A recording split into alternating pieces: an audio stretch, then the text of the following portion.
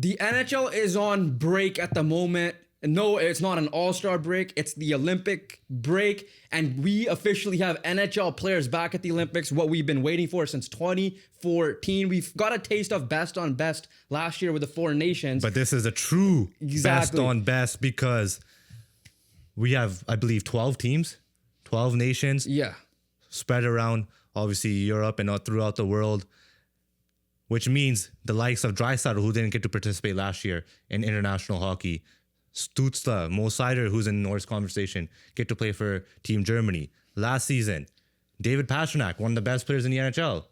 He's involved this year. Marty Necas, who got extended himself, are obviously representing Team Czechia. So, again, last season, it was just Canada, US, Finland, Sweden. This year, we're going to see more stars represent their country. So, again, exciting times because in Milan, we're going to be witnessing true best on best where the competition is going to be tougher because I feel like these other teams, the other countries, other than the big four of Canada, US, Sweden, Finland, have gotten much better over the years. We're going to talk about some of these groups because of how it's laid out. That doesn't mean how it's going to play out overall. One thing I want to get your reaction of, right before we hit record, I did see the rules.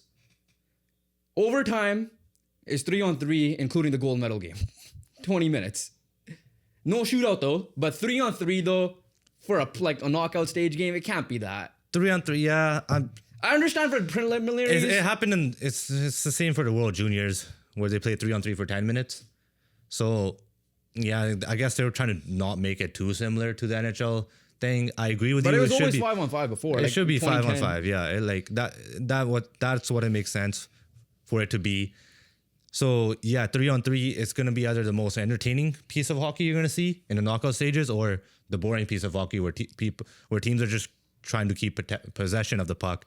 But overall, at the end of the day, who cares about the rules when you're going to be seeing McDavid and McKinnon teamed up together, Matthews, Eichel, and the Kachucks teamed up together. Hughes as well, obviously, the Hughes brothers all together because we didn't see that last year as well. And then seeing Draisaitl, Stützle get to play together with Seider behind them, Pastrnak, Necas. Sucks, unfortunate for Finland that Barkov is not in. And obviously, Russia's not in, where we had this conversation a couple of days ago where how good would this team be in the playoffs in the Olympics with Kucherov, Kaprizov, Ovechkin, and obviously their goalie quartet, or on one of them is going to be missing, which is Shesterkin, who's injured. So, again, I do agree with you. Should be 5-on-5, but at the same time, I'm just happy it's back. So let's start off with Group A very quickly here. Starts off with Canada representing. Obviously, we're Canadian. This is the team we're going to be rooting for. We're going to be biased a little bit throughout this. They're in a group with Czechia, Switzerland, France. Off the bat. I'm sorry, France. Thank you for participating. Group of death? But something Canada, we say in World Cup time? Yeah. Canada obviously had some changes. They had to move off of both the Tampa guys, Sorelli and Point coming in, or Sam Bennett, Seth Jarvis. Obviously, I would have loved to see Connor Bedard in as well. I think no other changes really happened for that. The big question mark for them is going to be the goaltending. We'll see what ends up happening. They start off with the World Junior nemesis of Czechia. So if we were to predict this group, who's winning it off the bat for you? Because Czechia is good. I think you said Swiss is good. Yeah, that was your underdog team when we did the initial reaction. Yossi, Ehlers, Freddie Anderson. Obviously, there's more people I'm missing here, but obviously France with Terrier, but he's not going to be enough to carry that team, obviously. Yeah, for France, let's be honest, they're lucky that Italy's in this because otherwise they will be the worst team. But going with this group, I mean, Canada, it has to be. It's real disappointing us not to. Like, let's be honest here. At the end of the day, Czechia have a line, maybe two. Switzerland maybe have a line or two. Canada has 4. Czechia barely probably have a pairing or 2. Swiss barely have a pairing or 2.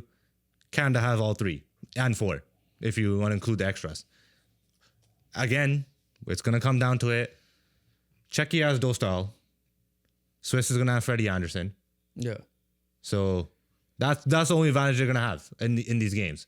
And then again, Swiss, Freddie Anderson, whoever Canada's goalie is kind of similar, but Dostal, as we know, clears. So in this conversation here, it's just that they're just looking not to get goalied. Yeah. It's just simple as that. And as long as they don't get goalied, they should be, I won't say cruise past because Czechia and Swiss are good teams here, but they should be able to get the job done and clearly be the winners of Group A. So who's better between, because obviously we the format's a little bit different. It's not like actual World Cup style, like soccer World Cup. Who's better in your opinion between Czechia and Switzerland that could go Czechia is better. to Czechia is better. Czechia is more talented. Czechia has more of the star power with David Pastrnak, and they have the better goalie as well. Yeah, I mean, yeah. So overall, I do agree with you on that as well. Obviously, Swiss, they do give Canada trouble. 06 was one of those years that it was crazy for them, but again, solid NHL players. Let's move on to Group B. Finland, Sweden, Slovakia, Italy. Once again, Italy, thank you for hosting. Thank you for giving us the opportunity to watch Olympics with the NHL players. We obviously know they're out of the mix. And shout out to your women's team, though. You guys moved on. They had a big win against Japan on 3-2, and they're going to go through. But listen, Sweden injuries. They do not have Leo Carlson. So their lack of offensive center depth, especially with Elias Pettersson struggling, and supposedly on the wing with Zibanejad, who's also hasn't been the same Zibanejad for the last couple of years as well. There's question marks there. Obviously, we know what Finland's biggest question mark is. How are you going to fill the Barkov role? Obviously, there's no direct replacement there as well. And Slovakia is an underrated team themselves, they're led by lguys like Jaroslav Slavkovsky, Nemec, and all these guys who were like 1 and 2 picks in the NHL draft. How would you rank those three teams in this group? It's still Sweden, number 1.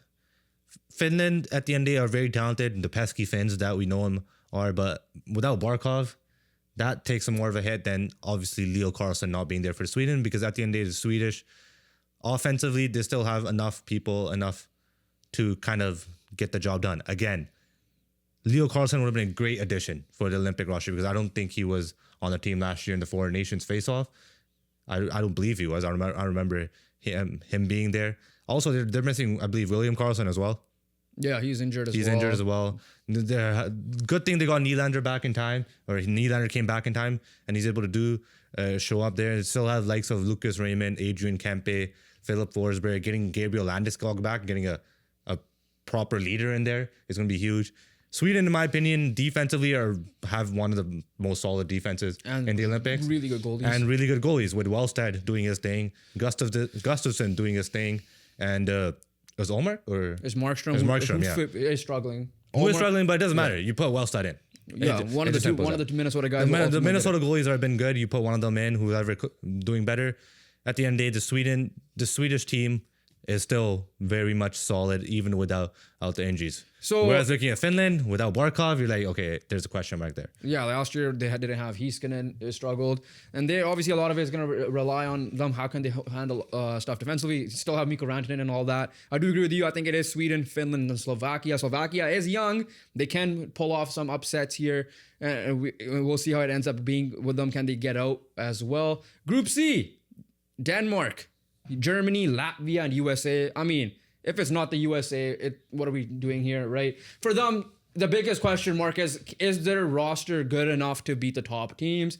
We saw that during the Four Nations, it could beat Sweden and Finland when it matters most. I know they lost the Sweden game because it didn't matter too much for them. But when it comes to Canada, them not taking guys like Cole Caulfield or Lane Hudson, Jason Robertson. Jason Robertson being the big one. Obviously, Cole Caulfield being another one who's been on a tear since the roster has been announced. They took Jackson Lacombe, who deserves it, don't get me wrong, over Seth Jones, who I feel bad for not making it, over a guy like Lane Hudson, who's having a really solid year as well. I think it was slightly a mistake as well. So we know how they're built. They're built to be a defensive juggernaut team because next to the Canadian forwards, that defensive group, I think, is one of the best I've ever seen in international play since like the previous Canada teams as well, with Hughes and McAvoy, and then like it's Slavin and Faber, Sanderson, Werenski, and then I'm forgetting two other ones on the top of my head. Hanifin and Lacombe. Lacombe. Yeah. So ultimately, like obviously Adam Fox, I think was a big miss. Obviously, I know he got hurt a little bit later down the line, but it's easily USA at the end of the day. So the question comes down to, I think these are two solid underrated teams. I think, I was looking at Germany as my underrated pick from the last when we were after the rosters. I think these guys could have a good chance to finish second with Leon Draisaitl. Like they have, yes, you're not going to play one line the whole entire game, but if you have a line if you need to even load it up with Leon Draisaitl, Tim Stützle, and JJ Peterka, Mo Seider on defense, you still have an NHL goalie as well in Philip Grubauer, I believe. That's a good enough team to beat the Danish, in my opinion, and Latvia, who are underrated as well because they've had really good World Juniors and World Championships themselves. Did I make a mistake? Either the Swiss, right? You went with Swiss, I'm pretty sure. No. Ehlers is Swiss. Okay, I don't know if who's Danish. Frick. Okay. Then again, okay, yeah. For me, I agree Keep with talking, you. I'll look at it up. I agree with you. Obviously, USA is 1. Germany is 2. No, sorry. Ehlers is Denmark. Yeah, Ehlers is Denmark. I made a Swiss mistake there. is... There's Fiala and Yossi. Those are the Swiss ones. I don't know why I said... I think I said Ehlers. So that, I think Freddie Anderson's not even... I made a mistake. I combined Swiss and Denmark. No, Akira Schmid's Swiss goalie. Yeah, Freddie Anderson's Denmark. Yeah. Yeah. So wait, did I mess up by saying that you picked Denmark or Swiss as your underrated team? No, I did pick Swiss though. I just messed up by saying that Ehlers and Freddie Anderson were Danish. So I mean, they have Timo Meyer, Pius Suter. Yeah, Roman those Josi. are like at the end, I still back that. And Yeah. being like an underdog team there. But again, I do believe that Germany with Draisaitl should have the edge over Denmark with the Ehlers. And overall, I do agree with you that putting them second, Denmark third, and then who was Latvia? Listen, Latvia and Denmark has been underrated. Latvia's been good too. Let's see, is Artur Silas gonna go on a tear? It's either Seelovs or Merzlikins. Yeah, Merzlikins. Yeah. So this is a group where it's easy winner in USA, but the other 3 is gonna be tough to pick between the 3 in my opinion. I'll agree with you. I'll give it to Germany just because I'm gonna back Draisaitl and Stützle being together. But Latvia is gonna be tough, and obviously Denmark is gonna be tough as well. Yeah. So ultimately, let's get to it. Let's name our pretty much. We've kind of had an idea now who we believe is going to be moving forward. Ultimately, what's your gold medal game and what's your bronze medal game? Who's your top 4 essentially? How you're going to end it up with, and pick a surprise team that one dark horse team you want to look at. Obviously, I said Switzerland. Another one is Czechia, but I don't think that's gonna be dark horse anymore because I feel like a lot of people will be looking at Czechia. In this other one, I said Switzerland, so I'm gonna stick with that as well for the dark horse. Top 4 gold medal game. Let's be honest. I don't think you go any other way here. It's got to be Canada, USA. Literally the 2 most talented teams, the 2 most complete teams in the Olympics. Bronze medal game. I'm going with Sweden, who is, in my opinion, the 3rd best team, and who I think is the 4th best team, Czechia. Obviously, we're doing this based on I don't know how the groups will actually play out. Yeah, we're just basing for it sure. off of that, like just on top of our head. Yeah, that's where I'm gonna go for here. I'm going with Canada, USA gold medal game, Czechia, Sweden bronze medal game. And then you're going with Switzerland as your dark horse, then. And then Or Switzerland. you're not mixing that up with Denmark. No. At the end of the day, like I feel like the top 4 teams are the top 4 teams. No. here. I mean like the dark horse one. Are you mixing up Denmark and Switzerland right now? Oh no, I'm not mixing that. Like I was confident in Switzerland and just being like an underdog. I just added 2 players to them, and honestly, if they combined them, it's probably a sick team. But what I'm looking at here is that was just me just mixing up the players' nationalities. But yeah, I still have faith in Switzerland and them being a dark horse because even in that before video when we were reacting to the roster, I said the same thing. It's just that I knew that Ehlers and Freddie Anderson weren't on the team then. You mixed it up now, but I just mixed it up now. Then. I didn't mix it up then. So for me, my underdog already said dark horse team is Germany. I'm still gonna stick by that. I think listen, in that group they should be able to come out of it straight to the quarterfinal potentially. But I have them there.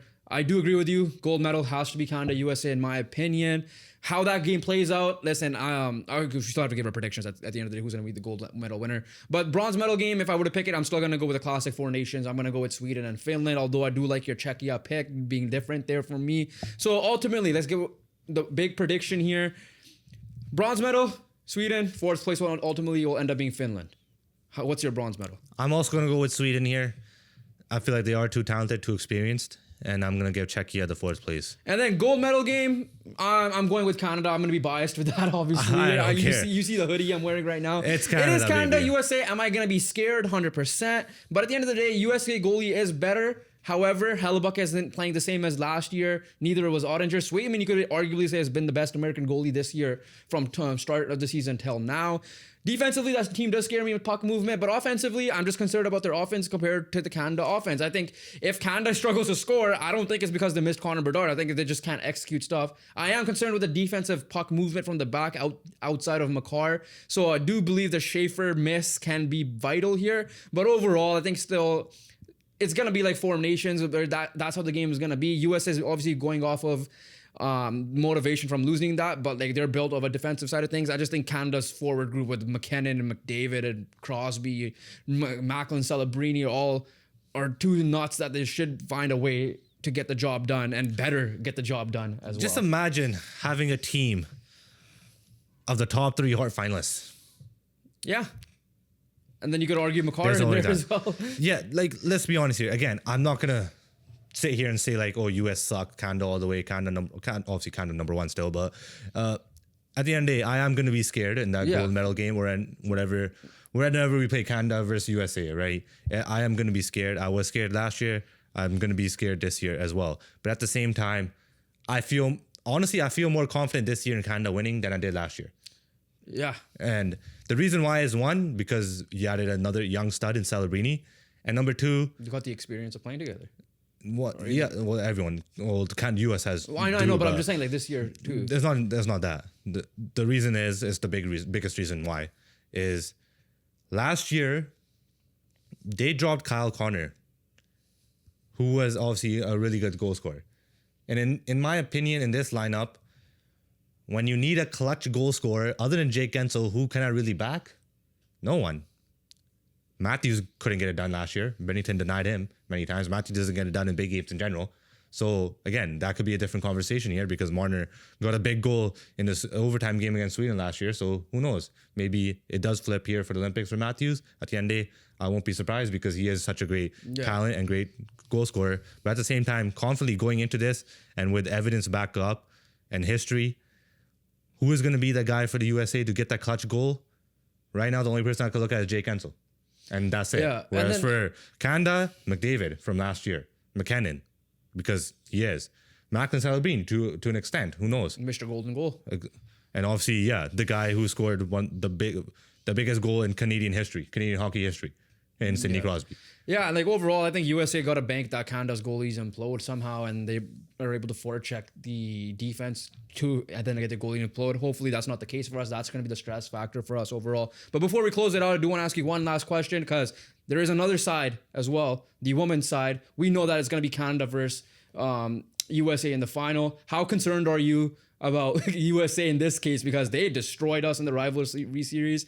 Like I said, the first game Canada looked like they struggled a little bit, but a lot of that is because their tournament started later because the Finnish game was postponed. They looked much better this game, although I'm concerned about Marie-Philippe Poulon's health. Obviously, we're going to be biased and we're probably going to pick Canada. I get that, but I feel like if this is a realistic pick, I feel like USA might get the job done in the women's one more likely than the men's. Yeah, and obviously the big concern is for Marie-Philippe Poulin, who is obviously, if not Captain Clutch, one of the great, if not the greatest Canadian women's ice hockey player we've ever seen. So that's obviously a huge part. One of the best players in the Canadian women's or the PWHL and just women's hockey in general. So even at the age of 34, she's still going. But at the same time, like obviously USA had like a lot of talented players, and the big rise, one, like Amanda Kessel, right? In back in the day. Back in the day, yeah, right. Like all those but I feel like Taylor Heisey scares me the most. Yeah, I mean obviously Hillary Knight's killing it. Yeah, Hillary Knight as well. Obviously, who was there then and obviously there now. But I feel like for me, going into these games and all the games that we had against the women's US team, you felt confident that Marie-Philippe Poulin was going to be the best player on the ice no matter what, right? I still feel confident with that. I still feel confident, but Taylor Heisey and what she has done, what she has done in the PWHL, and especially her team winning the first 2 seasons with Minnesota, it just shows me that like, okay, there's gonna be a conversation. Yeah, here, like obviously the rivalry series, we saw a lot of their youngsters step up. The goaltending is obviously elite. Canada should be elite as well. They favor the younger side of the age. Ours is a little bit on the older, but it should be again Canada USA final. Yes, this one I'm the most scared. If USA has a good chance of winning it, I will not be surprised. Obviously, we'll be biased to pick Canada, but if I'm being realistic, you might be leaning USA to win this potentially, overall. Yeah. But hopefully they prove us wrong because Canada do own the Olympic side of things. We'll see what ends up happening. Still picking Canada though, baby. But that's our overall Olympic reactions, both men's and the very brief on the women's side as well. Comment down below with your thoughts. Who is winning gold for each men and woman? We want to hear your thoughts down below. Hit the subscribe button. We're on the road to 200 subscribers. We're almost there. Please help us get there. Enjoy the Olympics, and we'll catch you guys on the next one. Peace.